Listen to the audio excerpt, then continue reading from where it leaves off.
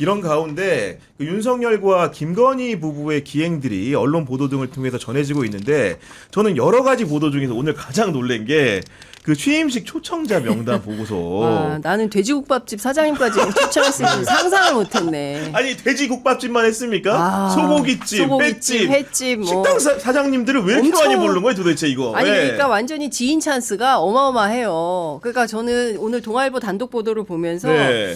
김건희 씨는 진짜 엄청난 사적 네트워크가 그러니까 휴대폰이 바쁠 수밖에 없어요. 이 양반은 계속 전화해야 되고 새벽에도 봐야 돼. 그러니까 예, 네. 언니 동생 하면서 챙겨야 되고 이명수도 그런 그 맥락에서 통화한 거 아닌가 동생 뭐 이러면서 통화한 거 아닌가라는 생각이 들 정도예요. 그러니까 이게 공적 마인드라고는 없다. 예, 저는 그런 생각이 좀 들었어요. 아 그리고 초청자 지금 이제 명단 특검 보면서. 수사라든가 이런 걸 종합을 해보니까 2022년 5월 10일에 대통령 취임식에 왔던 사람 중에 무려 30여 명이 지금 특검의 수사선상에 올라 있다는데 아. 이게 지금 뭐 한 겁니까 도대체? 진짜. 예. 그런 느낌이죠. 그러니까 자기가 이렇게 개인적으로 사적인 어떤 지위에 있을 때 알던 사람 그대로 끌고 들어가서 공적인 영역에서 다 해먹은 약간 그런 느낌이어서. 그러니까. 아 그리고 네. 윤석열이 초청한 사람이 765명 VIP 중에 김건희가 초청한 사람이 849명. 윤석열보다 김건희가 더 많이 초청한 건 또 어떻게 해석해야 됩니까 이거? 그러니까 역시 V0, V1은 김건희였다라는 것이고 제가 그 얘기 했었잖아요. 그때 그 대왕고래 프로젝트를 갑자기 한 아프리카 정상회의 도중에 그 내란숙의 윤석열이 나와서 기자들에게 갑자기 첫 번째 국정 브리핑을 합니다. 오, 네. 그러면서 0일 만에 석유가 발견됐다. 마치 대한민국 온 국민 영남 지역 주민 여러분 우리 떼부자가 됐어요. 석유로 한번 일어서 봅시다. 거의 무슨 박정희식 신화를 일으키면서 그래서 엄청나게 기자들이 아브레오 박사를 비롯해서 얼마나 많이 취재를 했었습니까? 정말로. 그때 한 아프리카 정상회의 때 그때 그 현장에 풀 취재를 했던 네. 기자한테 제가 얘기를 들었는데 그 대통령 내외분 앞에 그 줄을 서서 그 악수하고 인사하려고 줄을 섰다는 거예요. 오. 근데 그 줄이 윤석열은 짧고 김건희 엄청 길었죠. 그러니까 누가 실세인지 각국 정상들도 아는 아는 거야. 거야. 전 세계적으로 알려진 사실이고. 아니 근데 저는 더 놀란 게 오히려 네. 아니 100명밖에 차이가 안 납니까? 저는 훨씬 더 차이가 많을 것 같아요. 뭐 하나 더 붙어야 될 것 같아. 그러니까 이게 예. 오히려 윤석열보다 한 몇백 명 더 많을 것 같은데 그러니까. 의외입니다. 100명밖에 더 많지 아니 그 않았다면. 면면을 잠깐 소개를 해드리면은 네. 건진법사와 지금 청탁 의혹에 걸려 있는 네. 통일교전 세계본부장이라는 분도 김건희 초청. 그렇죠. 그리고 지금 불법 비밀 대선 캠프 논란이 많이 네. 돼 있는데 강남 캠프, 양재동 캠프 관련자들. 네. 그 다음에 김건희의 논문 대필 의혹 당사자인 교수, 예. 위조 논문 공동 저자인 교수 모두 김건희 초청으로 왔다 이런 말씀드리고 예. 권오수 전 도이치모터스 회장은 너무 표적이 됐기 때문에 못 오니까 아내와 아들을 김건희가 초청해주고 우리 김건희 집사로서 특검에 수산상에 올라 있는 김혜성 씨 부부도 초청이 됐고 명태균 씨 부부 말할 것도 없죠. 대통령 관저 증축공사에 들어가 있는 21g 대표까지 정말로 꼼꼼하게 김건희가 챙겨가지고 불렀는데 이런 비리백화점들을 다 불렀습니다. 어떻게 해야 됩니까 이거? 그때부터 이미 해먹을 결심을 하고 다 맞아요. 부른 예. 게 아닌가 싶고요. 그 다음에- 인수위 시절부터 그냥 예, 완전히 그렇죠. 예, 다 아니, 인수위 시절부터 시작했어요. 그렇죠. 바로 예. 그러니까요. 아니, 대통령실 뭐 저기 예. 공사할 때부터 다 했으니까. 아니 근데 명태균 씨가 그날 얘기를 해주더라고요. 아 취임식 당일 예, 얘기를 취임식 당일에 자기하고 부인은 미리 올라갔다는 거예요. 서울 구경도 할 겸. 미리 와가지고 호텔에 방 잡고 이제 취임식 현장에 딱 갔는데 그때는 명태균이라는 존재를 사람들이 모를 때 아닙니까? 그렇죠. 그러니까 전부 기자들이 도이치모터스 그 아들만 막 기자들이 엄청 촬영을 했대요. 그래서 자기가 부인이랑 그런 얘기를 했다고 그러더라고요. 우리는 언제 저 카메라가 24년 바로 야, 찾아오는데 불과 2년여밖에 걸리지 않았다라는.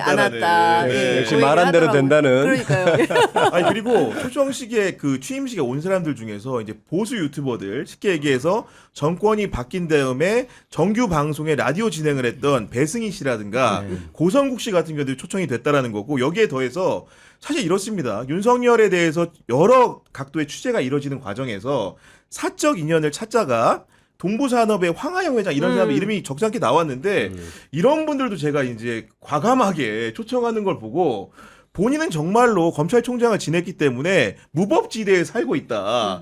이런 인식을 한 게 아닌가라는 생각을 좀 해봤어요.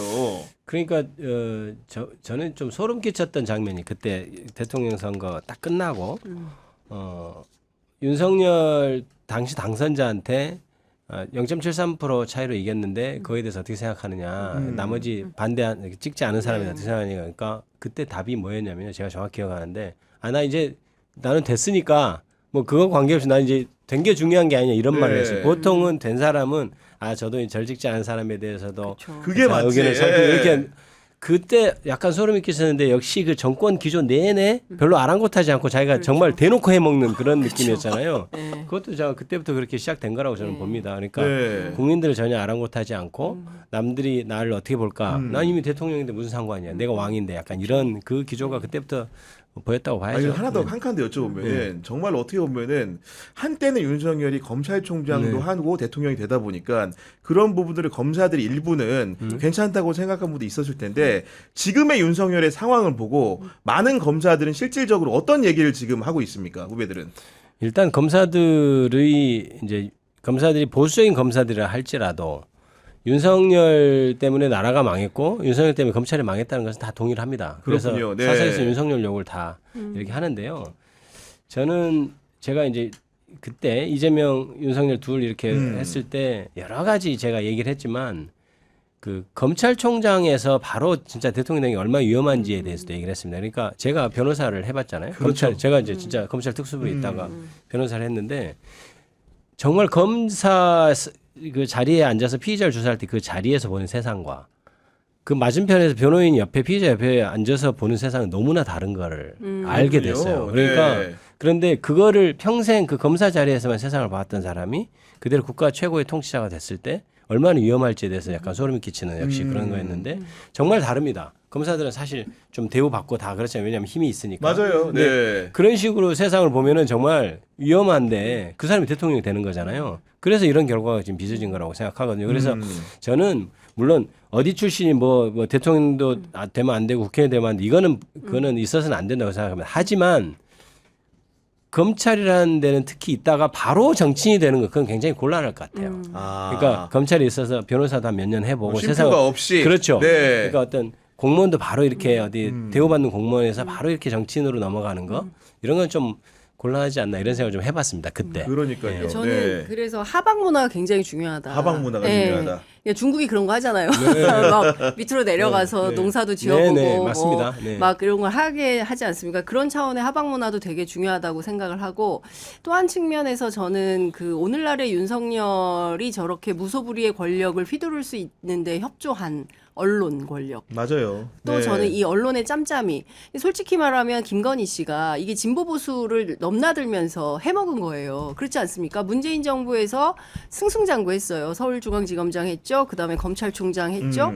그리고 나서 대통령이 되는 이 과정에서 사실상 당시에 윤석열의 권력을 검증하려고 하는 기자들에 대해서는 또 지지자분들께서 굉장히 또 규탄을 네. 많이 했어요. 팬덤이 있었으니까. 그렇습니다. 네. 그래서 뉴스타파 같은 데는 막 구독자가 떨어져 나가고 뭐 이런 일이 후원자가 떨어져 나가고 이런 일이 있었던 거 아닙니까? 그래서 저는 언론에 대해서 자꾸 이렇게 막 잣대를 가지고 하는 것이 아니라 중앙 권력으로 옮아가면 옮아갈수록 검증의 칼날이 더 세져야 된다라는 것이고 또 물론 이제 근거 없는 비난을 해서는 안 되겠지만 사실에 근거해서 비판하는 것에 대해서는 좀 한 번쯤은 귀담아 들을 필요가 있다라는 것이고 또 한 측면에서 언론이 그동안 무비판적으로 그냥 윤석열 권력 특히 검찰 출입 기자들 그렇죠. 저는 네. 이 문제에 대해서는 문제를 반드시 삼아야 되고 아까 했던 얘기 다시 돌아가면 그 20년 전과 똑같은 이 기자단 폐쇄적인 문화 이거 검찰도 그렇고 언론도 그렇거든요. 딱 우리끼리만 짬짬이 해먹는 구조 속에 있는